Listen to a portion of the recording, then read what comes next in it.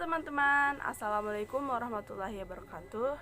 Perkenalkan, nama saya Putri Kamri, NIM 2001100023 dari kelas 1A Prodi PIAT semester 1 Universitas Islam Negeri Mataram. Nah, di video kali ini aku ingin membahas beberapa materi yang berkaitan dengan Al-Hadis. Yang jelas, materinya itu lebih dari satu ya. Jadi, simak video lanjutannya. Ada beberapa poin yang ingin aku bahas dan aku kasih tahu ke kalian. Yang pertama adalah pengertian terminologi Al-Hadis. Yang kedua, kedudukan dan fungsi hadis, penulisan hadis dan sejarah perkembangannya, ilmu hadis riwayat dan dirayah, cabang-cabang ilmu hadis, rijaul hadis, dan yang terakhir adalah ulumul Quran. Poin yang pertama adalah pengertian terminologi Al-Hadis. Ada beberapa materi dalam pengertian terminologi Al-Hadis, yaitu pengertian hadis, sanad, khobar, dan atsar. Al-Hadis dalam Kamus Besar Bahasa Arab atau Al-Ashri, kata Al-Hadis berasal dari bahasa Arab, yaitu Al-Hadis yang memiliki arti baru atau berita. Jika ditinjau dari segi bahasa, kata ini memiliki arti al-jadid atau yang baru, yaitu lawan dari kata al-qadim atau yang lama. Dekat atau qarib, lawan dari kata jauh atau ba'id. Yang ketiga, warta berita atau khabar, yaitu sesuatu yang dipercayakan dan dipindahkan dari seseorang kepada orang lain. Nah, ada beberapa struktur yang ada dalam hadis, antara lain yaitu hadis itu sendiri. Hadis adalah segala perkataan atau sabda perbuatan dan ketetapan dan persetujuan dari Nabi. Yang kedua, mukhrij atau mukharij, yaitu orang yang berperan dalam pengumpulan hadis dengan sanad suatu periwayatan hadis yang dapat diterima ataupun ditolak. Dan yang ketiga adalah perawi, adalah unsur pokok ketiga dari al-hadis, yaitu berasal dari kata rawi atau ar-rawi, yang berarti orang-orang yang meriwayatkan atau memberitakan hadis, nakil al-hadis. Yang berikutnya adalah kedudukan dan juga fungsi hadis. Seluruh umat Islam telah sepakat bahwa hadis merupakan salah satu sumber ajaran Islam dan menempati kedudukan kedua setelah Al-Quran.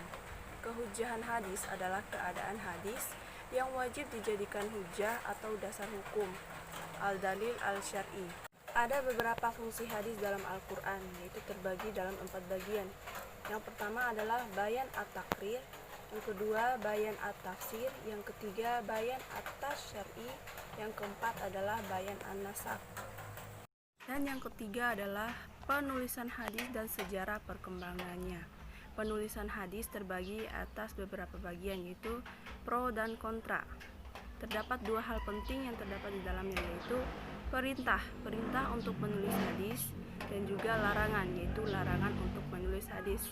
Selain itu, sejarah perkembangannya terbagi atas beberapa bagian, yaitu hadis pada masa Rasulullah SAW dan para sahabat, hadis pada masa kodifikasi, dan hadis pada masa pasca kodifikasi.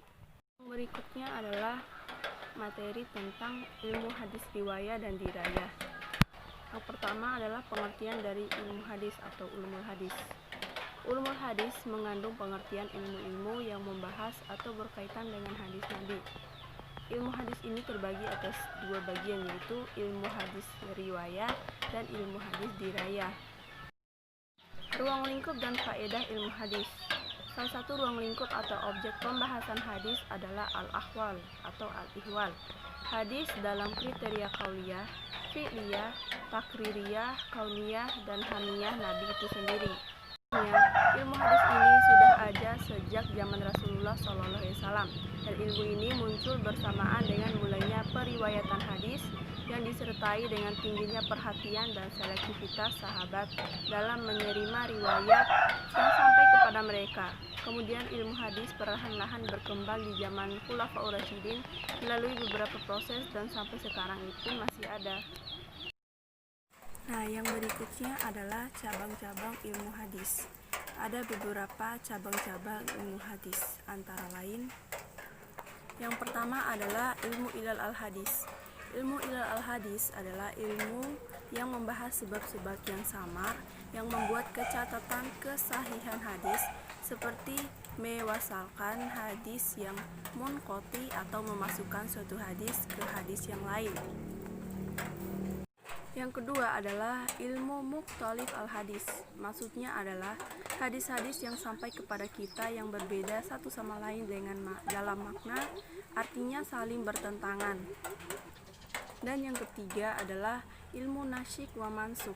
Ilmu pengetahuan ini membahas tentang hadis-hadis yang kontradiktif atau yang tidak mungkin dikompromikan, maka salah satunya yang datang belakangan sebagai nasik dan yang lain datangnya terlebih dahulu sebagai mansuk.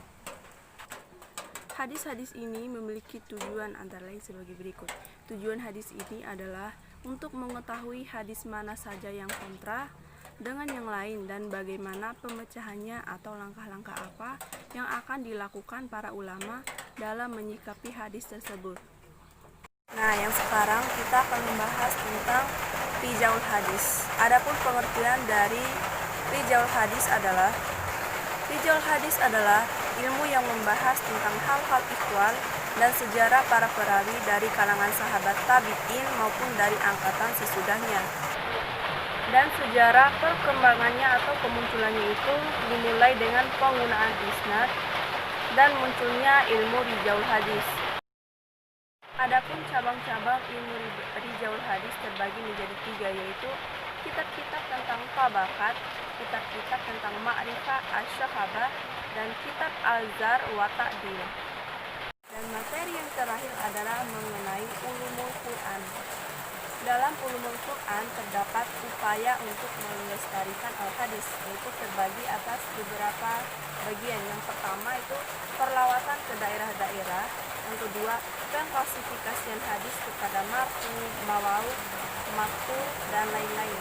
Dan yang ketiga adalah penyelesaian kualitas hadis dengan pengklasifikasiannya kepada sahih, hasan, dan dhaif.